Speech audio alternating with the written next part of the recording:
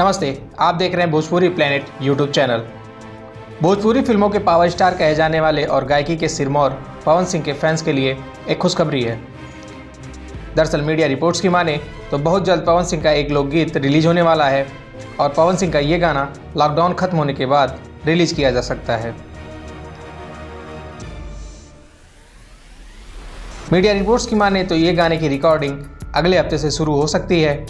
आपको बता दें कि इस बात की जानकारी अभी तक पवन सिंह की तरफ से नहीं की गई है, पर सोशल मीडिया पर इसकी चर्चा जोरों शोरों से की जा रही है। अब देखना ये होगा कि पवन सिंह का ये लोकगीत कब तक रिलीज किया जाएगा, लेकिन इस रिपोर्ट्स के आने के बाद पवन सिंह के फैंस में उत्साह काफ़ी ज़्यादा देखने को मिल रहा है।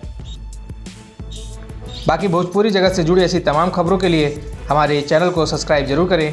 वीडियो अच्छी लगी तो वीडियो को लाइक करें और शेयर करें। धन्यवाद।